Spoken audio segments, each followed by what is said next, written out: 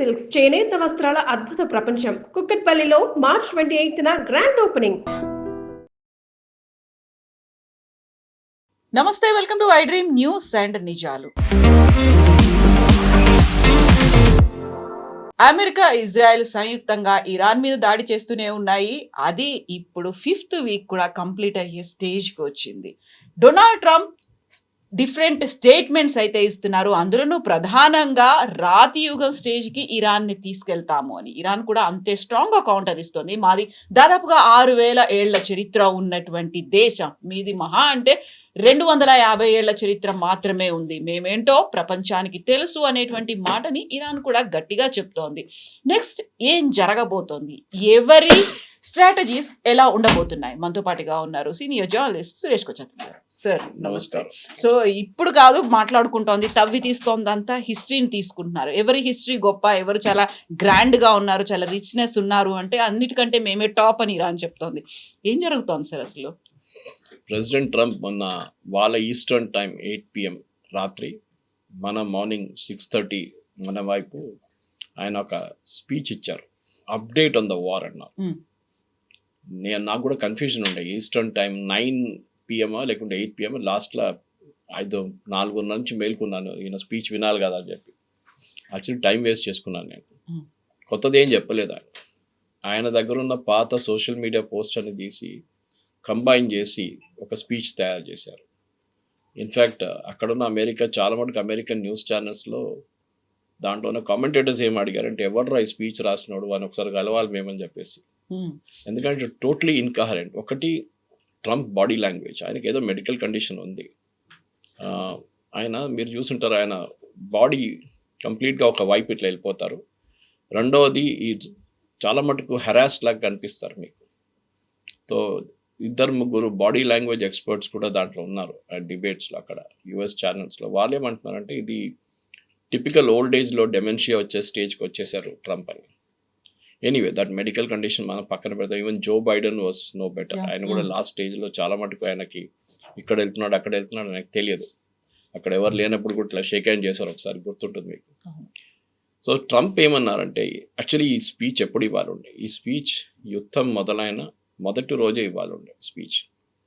అంటే అమెరికన్ ప్రజల కోసం, ఈ మెసేజ్ వరల్డ్ కోసం, లోకం కోసం కాదు, అమెరికన్ ప్రజల కోసం చేశారు ఇది.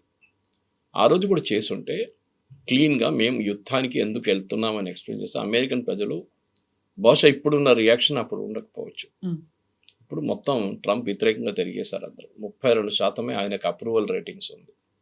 అది కూడా మోస్ట్లీ ఆయన మ్యాగా క్రౌడ్ అండ్ రిపబ్లికన్స్. దాంట్లో ట్రంప్ ఏం చెప్పారంటే, యుద్ధానికి మనం వెళ్ళిన దానికి రెజీమ్ చేంజ్కి సంబంధం లేదు, ఫస్ట్ పాయింట్. కానీ మీరు ఫస్ట్ డే సెకండ్ డే చూసుకుంటే ఇరానియన్ లీడర్షిప్ అంటే అప్పుడున్న సుప్రీం లీడర్ని హతమార్చినప్పుడు ఏం చెప్పారంటే, రెజీమ్ చేంజ్ వస్తుంది, నేనే ఇంటర్వ్యూ చేస్తాను క్యాండిడేట్ని, నేను ఎవరిని కావాలంటే వాళ్ళని అక్కడ కూర్చోబెడతాను అని చెప్పారు ట్రంప్. ఇప్పుడేమైంది? మీరు అంటున్నారు రెజీమ్ చేంజ్ లేదంటున్నారు, మళ్ళీ మీరు ఎందుకు వెళ్ళారు ఇరాన్కి? మీరే కదా అక్కడ ఉన్న ప్రజల దగ్గర చెప్పారు, మీరందరూ రోడ్డు మీదకి రండి, మీరందరూ ప్రొటెస్ట్ చేయండి, help is on the way అని చెప్పారు. ప్రెసిడెంట్ ట్రంప్ అదే స్పీచ్లో అన్నారు, 45,000 మందిని అక్కడున్న ఇరానియన్ నేషనల్ గార్డ్ కానీ, రెవల్యూషనరీ గార్డ్స్ కానీ, బసీజ్ ఫోర్స్ వీళ్ళందరూ కలిసి చంపేశారని చెప్తున్నారు. 45,000 మంది ఇరానియన్ ప్రజలు. దానికన్నా 3 రోజుల ముందు ఇంకొక ప్రైవేట్ ఈవెంట్లో మాట్లాడుతూ ఇదే నంబర్ అయినా 35,000 అన్నారు. అంటే ఒక వారం లోపల 10,000 నంబర్లు పెంచేసిండు ఆయన. అక్కడే ఆయన మెంటల్ స్టేట్ మీకు అర్థమవుతుంది. ఆయన తప్పట్లేదు, ఎందుకంటే ఇది స్పీచ్ రాసిచ్చిన ఉంటారు. ఇంకోటి, ప్రెసిడెంట్ ట్రంప్ ఏం చేశారంటే, నేను అక్కడ వెళ్ళింది అంటే యుఎస్ గవర్నమెంట్ వాళ్ళ ఆర్మ్ ఫోర్సెస్ అక్కడ పంపించింది, ఆర్మ్ ఫోర్సెస్ పంపించి నెలనే అవుతుంది, 32 రోజులు అవుతుందని చెప్పారు అప్పటికి. దెన్ ఈ స్టార్టెడ్ కంపేరింగ్ ఫస్ట్ వరల్డ్ వార్లో ఎన్ని సంవత్సరాలు పట్టింది, సెకండ్ వరల్డ్ వార్లో ఎన్ని సంవత్సరాలు యుఎస్కి పట్టింది, ఇరాక్ వార్లో ఎంత టైం తీసుకున్నారు, కొరియన్ వార్లో ఎన్ని సంవత్సరాలు పోరాడారు, లాస్ట్లో వియట్నాం వార్ గురించి చెప్పారు. 19 సంవత్సరాలు మనం వియట్నాంలో ఉన్నాం ఆ వార్ అని. ఇప్పుడు చూడండి, ఇది నెల కూడా కాలేదు and I have achieved almost everything. ఆయన లాంగ్వేజ్లో ఎప్పుడు ఐ అని ఉంటుంది, వి ఉండదు. ఇన్ఫ్యాక్ట్ నిన్న రాత్రి దీంతో రిలేషన్ కాదు, కానీ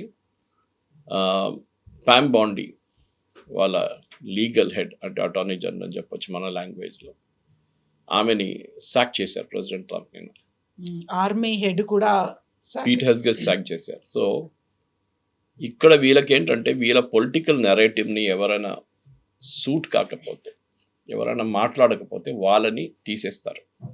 దట్ ఇస్ ద లాజిక్ ఇక్కడ. సో ఇది రెండు మాట్లాడారు. అంటే ఫస్ట్ యుద్ధానికి ఎందుకు వెళ్ళాం, రెజీమ్ చేంజ్ కాదు. రెండవది యురేనియం అక్కడ లేదు, ఇంకా మేము మొత్తం దాన్ని ధ్వంసం చేసాం ఎక్కడో, it is very deep under ground. Even Iranians cannot access it అన్నారు. కానీ మీరే అన్నారు కదా ఈ వార్ మొదలయ్యే ముందు ఇరానియన్స్ దీన్ని మళ్ళీ ప్యూరిఫై చేసుకున్నారు.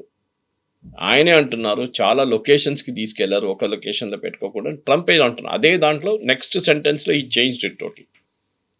ఇక్కడ మీరు అంటున్నారు ఎక్కడో లోపల అది అయింది, దర్స్ ఓన్లీ యురేనియం డస్ట్. ఇప్పుడు ఈవెన్ యురేనియం వాళ్ళు కూడా ఎక్కడ ఉందని వెళ్ళి బయటికి తీయలేరు ఆ పరిస్థితిలో అని చెప్పిన తర్వాతనే నెక్స్ట్ సెంటెన్స్లో ఈ యురేనియంని వాళ్ళు ఎక్కడెక్కడో తీసుకెళ్లారు, చాలా చోట్ల తీసుకెళ్ళి పెట్టుకున్నారు. సో నాకు ఇప్పుడు యురేనియంతో సంబంధమే లేదు. సో ఫస్ట్ పాయింట్ యుద్ధానికి వెళ్ళింది రెజీమ్ చేంజ్, నాకు రెజీమ్ చేంజ్ అక్కర్లేదంటున్నారు. రెండవది యురేనియం అక్కర్లేదంట. మూడోది మాట్లాడుతూ ఆయన ఏమన్నారంటే అక్కడున్న missile capability, that is missile and drone capability, దీన్ని మేము మొత్తం ధ్వంసం చేసాం కంప్లీట్గా. మేము వాళ్ళ స్టీల్ ఫ్యాక్టరీస్ని కొట్టాం, మేము వాళ్ళ అల్యూమినియం ఫ్యాక్టరీస్ని కొట్టాం. నిన్న ఆఫ్టర్ ప్రెసిడెంట్ ట్రంప్ స్పీచ్ తర్వాత కొన్ని గంటల తర్వాతనే ఇరాన్లో ఉన్న తెహరాన్లో ఉన్న చాలా పాత 104-year-old పాస్టర్ ఇన్స్టిట్యూట్ ఒకటి ఉంది, మెడిసిన్ది. అక్కడ వ్యాక్సిన్ మ్యానుఫ్యాక్చరింగ్ చాలా జరుగుతుంది. ఆ వ్యాక్సిన్ మ్యానుఫ్యాక్చరింగ్ ఫెసిలిటీని నిన్న సాయంత్రం దాకా కొట్టేశారు యుఎస్. ఏం చేస్తారు అక్కడ అంట అర్థం కావట్లేదు. ఏం ఆర్మీ వాళ్ళ కోసం స్పెషల్ వ్యాక్సిన్స్ తయారు చేస్తారా, లేకుంటే నర్వ్ గ్యాస్ తయారు చేస్తున్నారు, ఏదైనా ఒక ఎక్స్క్యూజ్ వస్తుంది. 104 సంవత్సరాల పాత ఉన్న ఒక ఫెసిలిటీని కొట్టడం ఏంటని అర్థం కాదు. It's war crime actual. Then he said Iran surrender కాకపోతే మేము ఇరాన్లో ఉన్న ప్రతి ఎలక్ట్రిసిటీ ప్లాంట్ని కొడతాం, అది కాకుండా వాళ్ళ మేజర్ ఇన్ఫ్రాస్ట్రక్చర్ ప్లాంట్ని కొట్టాం. చెప్పినట్లనే నిన్న రాత్రి ప్రెసిడెంట్ ట్రంప్ ఆయన ట్రూత్ సోషల్ మీద ఒక వీడియో రిలీజ్ చేశారు. అక్కడ ఒక బ్రిడ్జ్ మీద కొట్టారంట. మీకు స్టార్టింగ్లో చెప్పాను చూడండి, ఎస్టర్డే వాజ్ నవరోజ్. ఆ బ్రిడ్జ్ మీద చాలామంది వాళ్ళ కార్లలో చాలా చోట్లకి వెళ్తున్నారు, ఆ టైంలో బాంబ్ చేశారు దాన్ని. పార్సీస్ న్యూ ఇయర్ అదే దాంతో అక్కడ ఉన్న డబుల్ ట్యాప్ బాంబింగ్ జరిగింది. మీరు ఆ స్కూల్ ఇన్సిడెంట్ అదే జరిగింది ఫస్ట్ డేలో బాంబింగ్ జరిగినప్పుడు. ఆల్మోస్ట్ అప్పుడు 60+ 160 పిల్లలు చనిపోయారు. డబుల్ ట్యాప్ బాంబింగ్ ఏమవుతుందంటే ఫస్ట్ మీరు ఒక బాంబ్ వేస్తారు, ఏంగానే మొత్తం ధ్వంసం అవుతుంది, చాలామంది పరిగెత్తుకుంటూ వస్తారు. రెడ్ క్రాస్ వాళ్ళు వీళ్ళు వాళ్ళ దాంట్లో రెడ్ క్రెసెంట్ అంటారు వాళ్ళు, అందరు పోలీసు వాళ్ళు అందరు వస్తారు. ఎవరైనా విక్టిమ్స్ ఉంటే వాళ్ళకి బయటికి తీయడానికి. అదే టైంలో ఒక హాఫ్ అన్ అవర్ తర్వాత వీళ్ళందరూ అక్కడ గ్యాదర్ అయినప్పుడు రెండో బాంబు వచ్చి కొడతారు. దాంతో రెస్క్యూ చేయడానికి వచ్చిన వాళ్ళు కూడా చనిపోతారు. నిన్న అదే జరిగింది. ఆలోచించండి, అక్కడున్న మనుషులు పాపం అందరు కార్లలో వీళ్ళు రివర్లో పడిపోయారు, చాలా వాళ్ళని తీయడానికి వచ్చిన వాళ్ళ మీద మళ్ళీ దాడి చేశారు. అప్పుడు అక్కడ ఉన్న ప్రజలకి ఎంత కోపం వస్తుందో ఆలోచించండి. నిన్నదాకా ప్రెసిడెంట్ ట్రంప్ మిమ్మల్ని సపోర్ట్ చేస్తామని చెప్పిన ప్రెసిడెంట్ ట్రంప్ ఇవాళ అక్కడ ప్రజల మీద బాంబింగ్ చేస్తున్నారు. It's war crime. మీరు ఇంటర్నేషనల్ వార్ క్రైమ్లో వస్తుంది. మీరు మిలిటరీ ఇన్స్టలేషన్ మీద దాడి చేయండి, ఎవరు వద్దన్నట్లేదు. లేదు ఆ బ్రిడ్జ్ IRGC వాడుకుంటున్నారు, ప్రజలు వాడుకుంటారు, ఆర్మీ వాడుకుంటారు, అందరు వాడుకుంటారు అంటే మీరు బ్రిడ్జ్ని కొట్టేస్తారా వెళ్ళి? రేపు హైపోథెటికలీ ఇప్పుడు వీళ్ళేమన్నారంటే గల్ఫ్లో ఎక్కడైనా మేజర్ బ్రిడ్జెస్ వాళ్ళు ఒక లిస్ట్ ఇచ్చారు, 8 నుంచి 9 బ్రిడ్జెస్. ఒకటి చాలా crucial, Bahrain connecting to Dammam. Okay, that is the bridge which has a link to go to Saudi Arabia Bahrain నుంచి. ఇప్పుడు కూడా బహ్రెయిన్ దాన్ని వాడుతున్నారు చాలా మటుకు, ఎందుకంటే గల్ఫ్ ఎయిర్ ఆపరేట్ చేయట్లేదు. ఆ రోజు బహుశా నా కూతురు గురించి చెప్పాను మీకు, అదే బ్రిడ్జ్ యూజ్ చేస్తారు వాళ్ళు. దట్ బ్రిడ్జ్ నౌ ఇరాన్ ఏమంటున్నారు, మేము దాన్ని బాంబ్ చేయబోతున్నాం అని చెప్తున్నారు. UAEలో ఉన్న దుబాయ్ని కనెక్ట్ చేసే ఒక మేజర్ బ్రిడ్జ్ ఉంది, అబుదాబీని కనెక్ట్ చేసే, అది కూడా మేము కొడతా అంటున్నారు. అది బహుశా ఈరోజు జరగచ్చు. జరిగితే చూడండి ఎవరికి నష్టం అండి, ఎవరికి నష్టం? ప్రజలకి ఐదర్ అబుదాబీలో ఉన్న ప్రజలకో లేకుంటే బహ్రెయిన్లో ఉన్న ప్రజలకో ఇరాన్లో ప్రజలకు కూడా నష్టం జరిగింది. ప్రెసిడెంట్ ట్రంప్కి ఏం పోలేదు. ఆయన ఏం అనుకుంటున్నా అంటే if they don't surrender after all this, నేను మళ్ళీ బాంబ్ చేస్తాను. మీరు ఎలక్ట్రిసిటీ ఇన్ఫ్రాస్ట్రక్చర్ మీద కొడితే it becomes a war crime again. ఆయన మీద ఇంటర్నేషనల్ లెవెల్లో వార్ క్రైమ్ చేయొచ్చు, కేసు పెట్టచ్చు ట్రంప్ మీద. కానీ ఆయన పట్టించుకోవట్లేదు ఎవరి మాట. పీట్ హెస్గెత్ వాళ్ళ సెక్రటరీ ఆఫ్ వార్, ఆయనే మీరు చెప్పారు చూడండి, he has sacked the army chief George. ఆలోచించండి, వాళ్ళ ఆర్మీ చీఫ్ని in the middle of a యుద్ధం నడిమిట్లోనే మీరు ఆర్మీ చీఫ్ని సాక్ చేస్తున్నారు. దీనికన్నా ముందు కూడా మీకు గుర్తుంటుంది, చాలామందిని సాక్ చేశారు. అడ్మిరల్ లెవెల్ నుంచి సాక్ చేశారు, నేవీలో, ఎయిర్ ఫోర్స్లో చాలా సీనియర్ లెవెల్, ఎయిర్ మార్షల్ లెవెల్లో సాక్ చేశారు, ఆర్మీలో కూడా సాక్ చేశారు. వీళ్ళకి ఇప్పుడు ఎట్లయిపోయిందంటే ప్రొఫెషనల్ ఆర్మీ అక్కర్లేదు మాకు, మా మాట ఎవరెవరు వింటారో వాళ్ళని మేము పెట్టుకుంటాం, మిగతా వాళ్ళని మేము తీసి పడేస్తాం. ఆ లాజిక్ వచ్చేసారు. అమెరికాలో కూడా ఇప్పుడు ప్రెసిడెంట్ ట్రంప్ వ్యతిరేకంగా చాలా మటుకు అక్కడ ప్రొటెస్ట్ నడుస్తుంది. మనం చూసాం, నో కింగ్ ప్రొటెస్ట్ జరిగింది ఒకటి. రెండవది, అక్కడున్న అమెరికన్ కన్జ్యూమర్ డీజిల్ అంటే వాళ్ళ డీజిల్లో ఇప్పుడు ఆ డీజిల్ అంటే మోస్ట్ ట్రక్స్ వాడతారు, అక్కడ రైతులు వాడతారు ట్రాక్టర్ల కోసం, ఫార్మింగ్. $5 పడి అయిపోయినాయి, సెంట్ ఒక గ్యాలన్కి పెరిగింది $5కి 3 నుంచి. పెట్రోల్ అంటే గ్యాస్ వాళ్ళది $2 per gallon నుంచి 3-4 చేరుకుంటుంది ఇప్పుడు. అక్కడ చాలా మటుకు వ్యతిరేకత. ప్రెసిడెంట్ ట్రంప్ నిన్న ఒక లాజిక్ చెప్పారు, అది మొన్న కూడా రిపీట్ చేశారు ఆయన. దాన్ని వాళ్ళేం చెప్పారంటే, ఈ నేటో కంట్రీస్ ఉన్నారు కదా, వీళ్ళందరూ యూజ్లెస్ ఫెలోస్. నేను హెల్ప్ అడిగినప్పుడు నాకు హెల్ప్ చేయలేదు, సహాయం చేయమంటే చేయలేదు. వాళ్ళ ఎయిర్ ఫోర్స్ బేస్ వాడనియట్లేదు నన్ను, స్పెయిన్ కానీ ఇటలీ కానీ వీళ్ళందరూ. నాకు వాళ్ళతో సంబంధం లేదు ఇప్పటి నుంచి అన్నారు. ఇంకో మాట అన్నారు, మీకు కావాలంటే స్ట్రెయిట్ ఆఫ్ హార్ముజ్ నాకు అక్కర్లేదు, అదంతా మీ వైపు వస్తున్న ఆయిల్ అక్కడి నుంచి వస్తుంది, మీరు కావాలంటే వెళ్ళి మీరే దాన్ని టేక్ ఓవర్ చేసుకోండి అన్నారు. ప్రెసిడెంట్ ట్రంప్ ఒక మాట మర్చిపోతున్నారు, 40% అమెరికాకు కావాల్సిన యూరియా ఫర్టిలైజర్ ఆ రూట్ నుంచి వస్తుంది, హీలియం ఖతార్ నుంచి వస్తుంది. మన దగ్గర కూడా ఎంఆర్ఐ ఏం చెప్తారు స్కాన్స్ మన హాస్పిటల్స్లో డిలే అవుతుంది. మా ఫ్రెండ్ ఒకరు మొన్న హాస్పిటల్కి వెళ్తే ఎక్విప్మెంట్ ప్రాబ్లం అని చెప్పి ఆయన పంపించారు. ఆయన వచ్చి నా దగ్గర అన్నారు, సురేష్ గారు ఇట్లా నాది స్కాన్ కాలేదు, సో మీరు వచ్చేసేయండి స్టూడియో కన్నా. నేను చెప్పి ఎందుకు ఏమైందని అడిగితే, లేదు అది ఎక్విప్మెంట్ ప్రాబ్లం వచ్చింది. అప్పుడు చెప్పాను, ఒకసారి ఫోన్ చేసి అడగండి హీలియం గ్యాస్ ఉందా అని అడగమని. Helium is a very crucial compound, దాంట్లో సూపర్ మ్యాగ్నెట్స్ ఉంటుంది ఎంఆర్ఐలో, దాన్ని కూల్ చేయడానికి హీలియం యూజ్ చేస్తారు. ఆ హీలియం అనే గ్యాస్ చాలా మటుకు ప్రొడ్యూస్ చేస్తుంది ఖతార్. సో అన్ని ఫీల్డ్స్ లో కూడా ఇంపాక్ట్ అనేది కనిపిస్తుంది. ఇప్పుడు ఈ హెల్త్ సెక్టార్ కూడా వచ్చేసింది. నాట్ జస్ట్ హెల్త్ ఒక్కటే కాదు కవిత గారు, మన చిప్స్ తయారు చేస్తారు, సూపర్ చిప్స్, అది దాంట్లో వాడతారు, సెమీ కండక్టర్స్లో హీలియం వాడతారు. ఇప్పుడు ఆలోచించండి ఇంపాక్ట్. మనం ఆయిల్ గురించి ఆలోచిస్తాం, ఆయిల్ మీరు ఎక్కడి నుంచి తెప్పించుకోవచ్చు. అర్జెంటీనా ఆఫర్ చేస్తున్నారు, ఇటు ఆఫ్రికా నుంచి ఆఫర్ చేస్తున్నారు, నైజీరియా ఆఫర్ చేస్తున్నారు భారతదేశానికి. చాలా దేశాలు ఇస్తారు ఆయిల్, మీకు ఆయిల్ ప్రాబ్లం ఉండదు. ప్రెసిడెంట్ ట్రంపే అంటున్నారు, నేటో దగ్గర మీద 2 ఆప్షన్స్ ఉన్నాయి, ఒకటి మా దగ్గర నుంచి కొనుక్కోండి, మా దగ్గర చాలా ఆయిల్ ఉంది, లేదో 2 మీరే వెళ్ళి స్ట్రెయిట్ ఆఫ్ హార్ముజ్ని తీసుకొచ్చేసాడు. ఈ చెప్పిన ట్రంపే, నేను ఒక లాజిక్ ఇస్తాను, అది నిన్న రాత్రి నేను కొంతమంది అడిగితే ఆన్సర్ ఇవ్వలేకపోయారు వాళ్ళు. మీరు అంటున్నారు మీ దగ్గర ఆయిల్ మీకు 100% సెల్ఫ్ సఫిషియన్సీ ఉంది, which is correct. Shale oil use చేస్తారు, షేల్ ఆయిల్ డ్రిల్ చేస్తారు. చేసినప్పుడు మీ దగ్గర ఆయిల్ రేట్స్ ఎందుకు పెరుగుతుంది? ఆయిల్ రేట్స్ పెరుగుతుంది, గల్ఫ్ నుంచి బయటకు వచ్చే ఆయిల్ రావట్లేదని చెప్పి అదెవరెవరు యూజ్ చేస్తున్నారు, వాళ్ళ కోసం రేట్ పెరిగింది. మళ్ళీ మీ దగ్గర ఉన్న ఆయిల్ మీరే డ్రిల్ చేస్తున్నారు, మీ దగ్గర రిఫైన్ చేస్తున్నారు, మళ్ళీ మీరెందుకు పెంచుతున్నారు రేట్? మీరెందుకు $5 డీజిల్ పర్ గ్యాలన్ పెట్టారు, $4 ఎందుకు గ్యాస్ పెట్టారు, పెట్రోల్ పెట్టారు? ఇది వాళ్ళు ఆన్సర్ చేయలేకపోతుంది. అమెరికన్ ప్రజలు కూడా ఇదే అడుగుతున్నారు. ఇంటర్నేషనల్ లెవెల్లో పెరిగింది ఓకే, బట్ మన గ్యాస్ మనదే కదా. అంటే ప్రెసిడెంట్ ట్రంప్ సపోర్టర్స్ ఉన్నారు చూడండి, మెయిన్ ఫండింగ్ చేసేటప్పుడు వాళ్ళు దీంట్లో ఉన్నారు. వాళ్ళ కోసం ప్రెసిడెంట్ ట్రంప్కి వాళ్ళు డబ్బులు పెట్టారు, మెలానీ మూవీ మీద డబ్బులు పెట్టారు, బాల్ రూమ్ కోసం చేశారు, ఆయన క్యాంపెయిన్ కోసం డొనేట్ చేస్తారు. దానికోసం ప్రెసిడెంట్ ట్రంప్ మొన్న తెలియకుండా ఒక స్టేట్మెంట్ ఇచ్చారు ఒక వారం ముందు, ఆయిల్ ప్రైసెస్ పెరిగితే మంచిదే కదా, we can make a lot of money అన్నారు. Who is this we? ఈ oil companies, US oil companies. ఇప్పుడు ఈయన చెప్తున్న మాటకి ప్రతి మాటకి ఆయనకి ఒక ఆర్గ్యుమెంట్ ఉంటుంది. We're the best army in the world, వాళ్ళ ఇరానియన్ నేవీని మొత్తం ధ్వంసం చేస్తాం, ఎయిర్ ఫోర్స్ వాళ్ళ కేపబిలిటీ లేదన్నారు. విత్ ఇన్ మినిట్స్ ఆయన స్పీచ్ ఇచ్చిన అరగంట లోపలే ఇరాన్లో ఉన్న ఇజ్రాయెల్లో ఉన్న హైఫా పోర్ట్ని ఇరాన్ కొట్టారు. అప్పుడు కేపబిలిటీ ఉందా? ఇంకా ఉంది కదా. They still have the capability. In fact నిన్న ఇరానియన్ ఆర్మీ స్పోక్స్ పర్సన్ అన్నారు, మీకు తెలియదు మేము ఎక్కడెక్కడ తీసుకెళ్ళి దాచిపెట్టాము, మీరు ఊహించలేరు అంత కెపాసిటీ మా దగ్గర ఉందని. మేబీ హీఈస్ బ్లఫింగ్ బిట్ ఉండొచ్చు, ఒక 20% బ్లఫింగ్ ఉండొచ్చు, కానీ 80% కరెక్టే. వాళ్ళ దగ్గర కెపాసిటీ ఉంది ఇంకా. సో ఈ స్పీచ్ ఇచ్చిన తర్వాత స్టాక్ మార్కెట్ యాజ్ యూజువల్ పడిపోయింది, ఆయిల్ రేట్ పెరిగింది. దాని ఆపోజిట్ ఇంపాక్ట్ ఉండాలండే. ఈయన ఒక డెడ్ లైన్ ఇస్తే నేను వారం లోపల ఫినిష్ చేసేస్తాను, కాదు 2-3 వారాలు ఇంకా నాకు కావాలని చెప్పారు.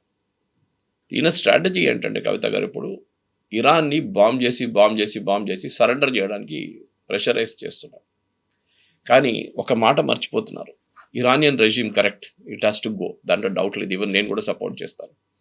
Most despotic, most corrupt resume and over this religious bent of mind. అట్లాంటి ముల్లాలు గిల్లాలు ఆయతోళ్ళని అందరు తీసేయాల్సింది కరెక్ట్. ఈవెన్ వాళ్ళ IRGC is also horrible fellows. కానీ మీరు అక్కడున్న ప్రజల మీద అత్యాచారాలు చేస్తున్నారు. వీళ్ళ రికార్డ్ చూడండి కవిత గారు, వీరు ఎక్కడెక్కడ వెళ్ళారో యుఎస్, వెస్ట్ ఏషియాలో, అక్కడ మొత్తం వాళ్ళు చేసిన రెజీమ్ చేంజ్ తర్వాత ఆ దేశం మొత్తం ధ్వంసమైంది. ఫస్ట్ మీరు లిబియా తీసుకోండి, ముమ్మర్ గద్దాఫీని దింపారు, ఆయన చంపారు. ఏమైంది? ఇప్పుడు Libya is totally lawless country. Government అంటే ఉందా అంటే ఉంది, కానీ వాళ్ళకి పట్టులేదు. సిరియాకి వచ్చేసేయండి, ఆ సేమ్ థింగ్ జరిగింది. హఫీజ్ అల్ అసద్ ఇప్పుడు పారిపోయాడు, దాని తర్వాత అక్కడ జరుగుతుంది ఎవరు ఎక్కడ తెలియదు. ఒక terrorist is now their president. ఆయన మీద $10 million రివార్డ్ ఉండే ముందు నిన్న జాక్ స్టామర్తో కూర్చొని షేక్ హ్యాండ్ చేస్తున్నాడు 10 డౌనింగ్ బయట. ఇరాక్ వచ్చేసేయండి, ఇరాక్లో ఇప్పుడు ఇరాన్ తర్వాత అన్నిటికంటే పెద్ద దాడులు, మిసైల్ లాంచ్ చేస్తున్నారు అమెరికన్ బేసెస్ వ్యతిరేకంగా, ఇరాక్ నుంచి నడుస్తుంది. ఇరాక్లో ఉన్న ఇరాన్ సపోర్ట్ చేస్తున్న మిలిషియాస్ ఉన్నారు, వాళ్ళు చేస్తున్నారు. నిన్న అమెరికన్ ఎంబసీ, బగ్దాద్లో ఉన్న అమెరికన్ ఎంబసీ వార్నింగ్ ఇచ్చారు, అక్కడ ఉన్న ప్రజలు, ఇరాక్లో ఉన్న ఎవరైనా కానివ్వండి, మీరు ఇక్కడ నుంచి వెళ్ళిపోండి, ఎవరు ఉండకూడదు, don't even come to the embassy అన్నారు వాళ్ళు. మా ఎంబసీ మీద దాడి జరగవచ్చు ఎప్పుడైనా, డోంట్ కమ్ హియర్, మీరు రాకండి, మీరు ఏ ఫ్లైటో ఎట్లా దొరికినా కానీ ఇక్కడి నుంచి వెళ్ళిపోండి, ఇరాక్ నుంచి ఉండకూడదు అని చెప్పారు. అటువైపు మీరు ఆఫ్ఘనిస్తాన్ చూడండి, ఈ పాకిస్తాన్ సహాయంతోనే అక్కడున్న సోవియట్ రెజీమ్ కానీ దాని తర్వాత వచ్చిన ఒక అల్ఖైదాని తీయడానికి కోసం తాలిబాన్ సపోర్ట్ చేసి తాలిబాన్ ఎక్కువ కూర్చోబెట్టారు. ఇప్పుడు తాలిబాన్ పాకిస్తాన్ మీద దాడి చేస్తున్నారు, అంటే వాళ్ళిద్దరు కొట్టుకుంటున్నారు. సో ఏంటది? సో మీరు రేపు ఇరాన్లో కూడా ఇదే చేస్తారా? ఇరాన్ గవర్నమెంట్ రేపు పడిపోతుంది అనుకోండి, హైపోథెటికల్గా పడిపోతే ఏమవుతుంది? What is the alternative? మీ దగ్గర ఏం సిస్టమ్ లేదు. మీరు ఇరానియన్ పార్లమెంట్ లీడర్తో మాట్లాడుతూ అంటున్నారు, స్పీకర్తో మాట్లాడుతున్నారు, వాళ్ళందరూ డినై చేస్తున్నారు. ఇప్పుడు అది లేదు చూడండి, 3 రోజుల నుంచి పాకిస్తాన్ లేదు, టాక్స్ లేవు, ఇస్లామాబాద్ లేదు, ఏం లేదు. Iran has realised. In fact Omani foreign minister నాకు ఇంటర్వ్యూలో చాలా బాగా మాట్లాడారు. I think it was interview with Reuters or Al Jazeera. ఆయన ఏమన్నారంటే, ఈసారి మేము జెనీవాలో మాట్లాడుతున్నప్పుడు ఈ యుద్ధం మొదలయ్యాక ముందు February 20th కన్నా వారం ముందు ఇరాన్ ఆల్మోస్ట్ రెడీ అయిపోయారు. అమెరికా చెప్పిన ప్రతి కండిషన్కి వాళ్ళు రెడీ అయిపోయారు యురేనియం మీద. కానీ అంత ఆ సంతకం పెట్టడానికి రెడీగా వచ్చిన పాయింట్లో యుఎస్ వచ్చి బాంబ్ చేశారు. దాన్ని తప్పుపడుతున్నారు ఎవరిని? Steve Witkoff, who is a business partner. ఆయనకి ఇంటర్నేషనల్ రిలేషన్స్ కానీ ఇంటర్నేషనల్ నెగోసియేషన్ ఏం ఐడియా లేదు. Steve Witkoff president Trump business partner. Next Jared Kushner, వాళ్ళ son in law, president Trump son in law. ఆయనకు కూడా అసలు తెలియదు. ఇన్ఫ్యాక్ట్ ఒమాన్ ఏమంటున్నారంటే, మేము వాళ్ళకి ఒక డాసియర్ ఇచ్చాం, థిక్ డాక్యుమెంట్ ఇచ్చాం, మీరు ఒకసారి చదువుకోండి ఇది. వాళ్ళంటే ఫస్ట్ 3 పేజీలు చూసేసి ఇది యూజ్లెస్ అని చెప్పారంట. దిస్ వోంట్ సూట్ అని చెప్పి ప్రెసిడెంట్ ట్రంప్కి అడ్వైజ్ చేశారు, please go head and do the bombing అని చెప్పి.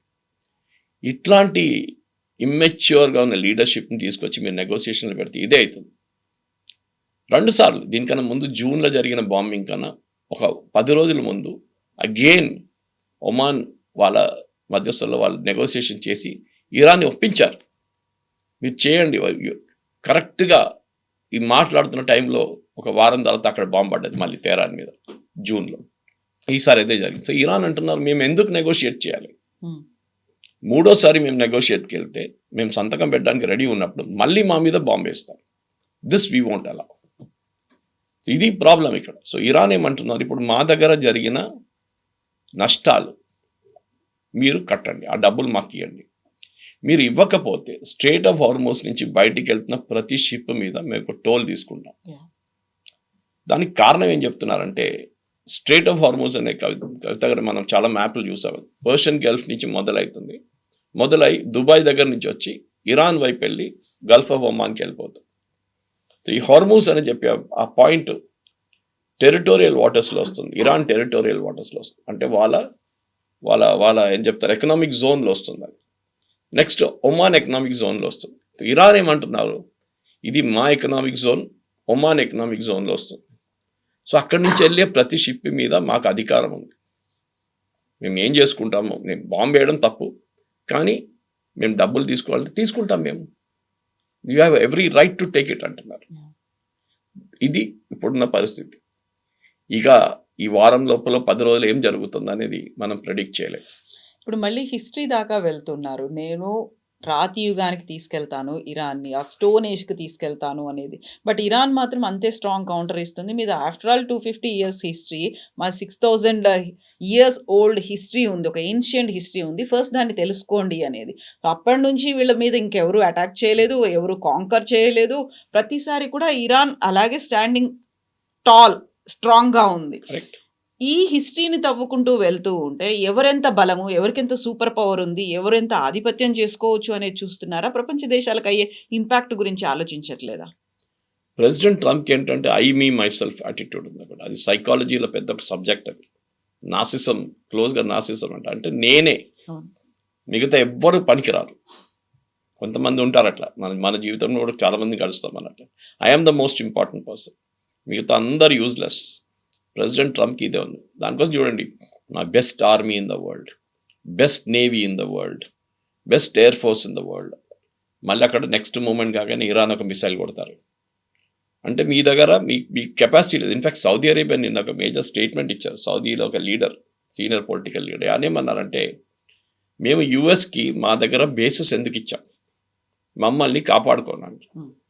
పెద్ద ఎయిర్ ఫోర్స్ బేసెస్ ఉన్నాయి. ఖతార్లో ఉంది, దుబాయ్లో ఉంది, అంటే యుఏఈలో ఉంది, బహ్రెయిన్లో వాళ్ళ నేవల్ ఫ్లీట్ ఉంది, 5th ఫ్లీట్. అది కాకుండా మీరు కువైత్లో ఉంది. ప్రతి గల్ఫ్ కంట్రీలో వీళ్ళకి ఒక బేస్ ఉంది. మేము వాళ్ళు ఎందుకు బేస్ పెట్టుకున్నారంటే, మా మీద ఎవరో దాడి చేస్తే మీరు వచ్చి మమ్మల్ని కాపాడుకోవాలి. Now it is not possible. ఏం చేయట్లేదు వీళ్ళు, వాళ్ళ పని చూసుకుంటున్నారు. అమెరికా వాళ్ళ బేస్ వైపు ఏమైనా వస్తుంటే దాన్ని ట్యాకిల్ చేసుకుంటున్నారు. మా బిల్డింగ్ల మీద, మా బ్రిడ్జ్ల మీద, మా రిఫైనరీ మీద పడుతున్నారు. మీరేం చేయట్లేదు ఎందుకు అని అడుగుతున్నారు.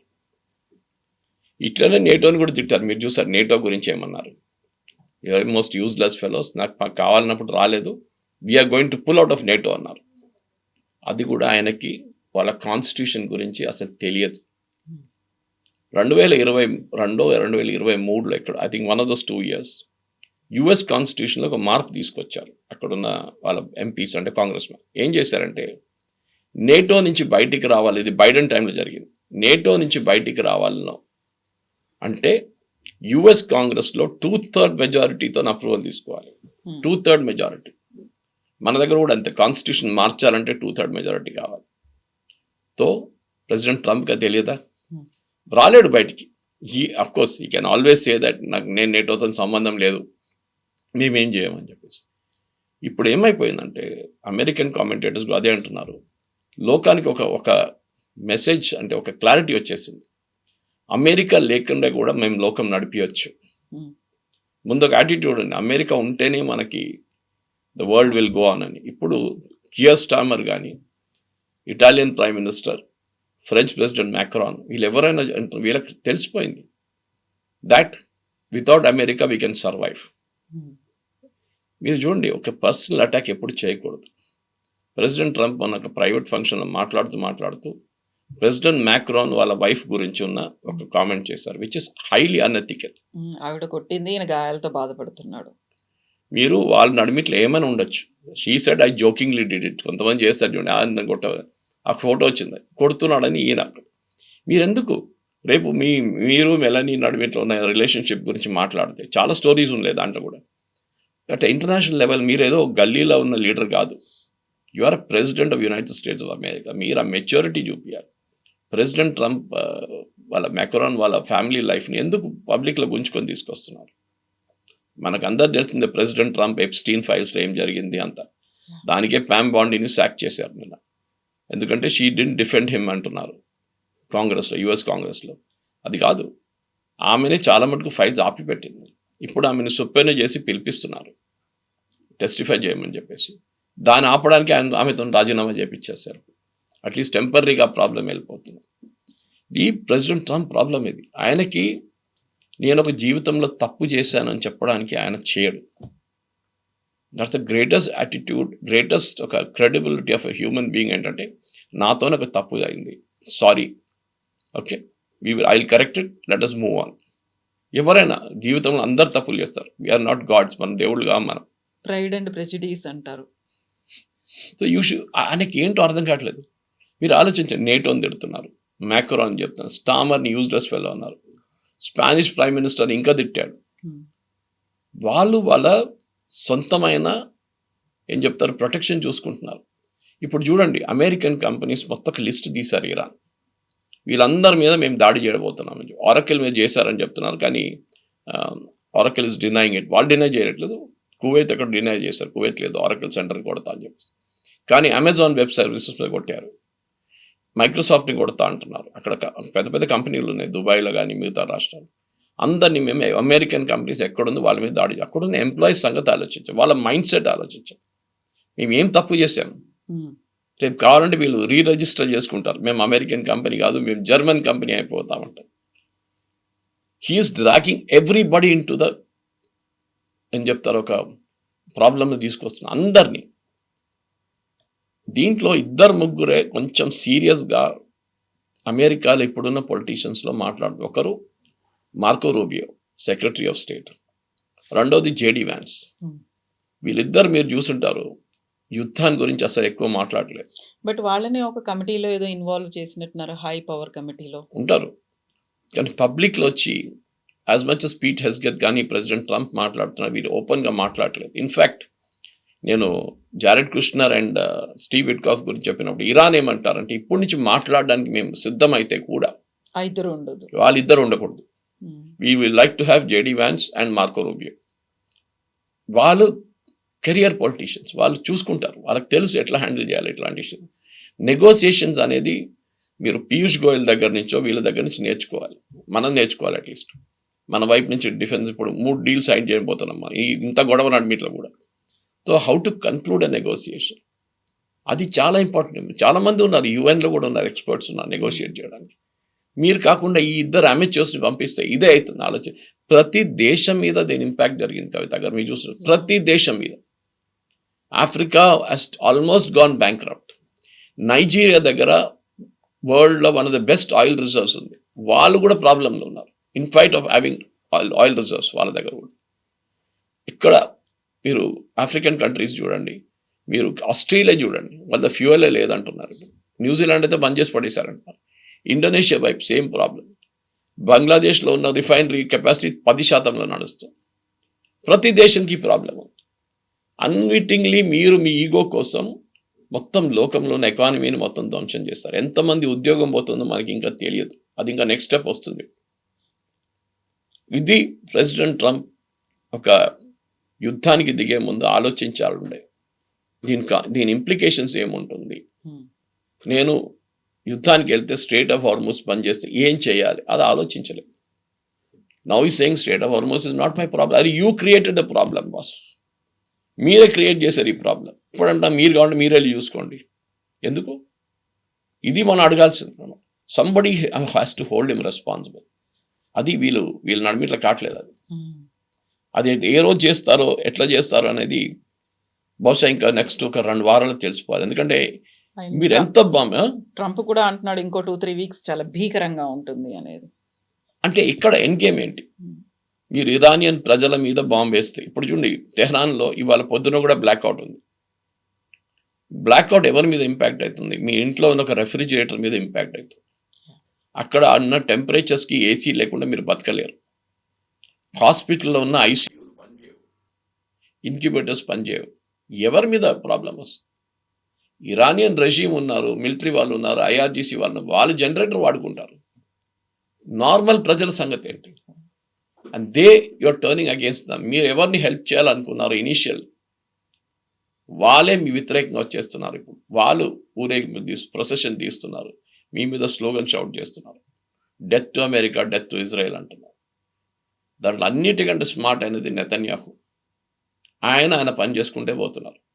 నాకు ప్రెసిడెంట్ ట్రంప్తో సంబంధమే లేదు, నేను లెబనాన్లో కొడుతున్నాను, వాళ్ళు అక్కడే వాళ్ళ యుద్ధం నడుస్తుంది. ప్రెసిడెంట్ ట్రంప్ ఏమో ఆయన ఒక అడ్వైస్ తీసుకోరు, ఎవరి మాట చెప్తే మాట వినడానికి రెడీ లేరు. నేనే మీ మైసెల్ఫ్లో ఉన్నారు. ఈ వార్ అమెరికాకు చాలా పెద్ద డిజాస్టర్గా కాబోతుంది అనేది క్లారిటీ చాలా క్లియర్గా ఉందనుకో. ఎస్ సార్, చూద్దాం. రేపటికి 5th వీక్ కూడా కంప్లీట్ అవుతుంది, ఏం జరుగుతుంది? సినిమాలాగా అయిపోతుంది అనమాట. మన సినిమాలు చెప్తారంటే 6th grand week, 7th grand week అని, ఇది కూడా అదే అయిపోతుంది. అట్లా ఉంటుంది. Thank you sir, thank you so much.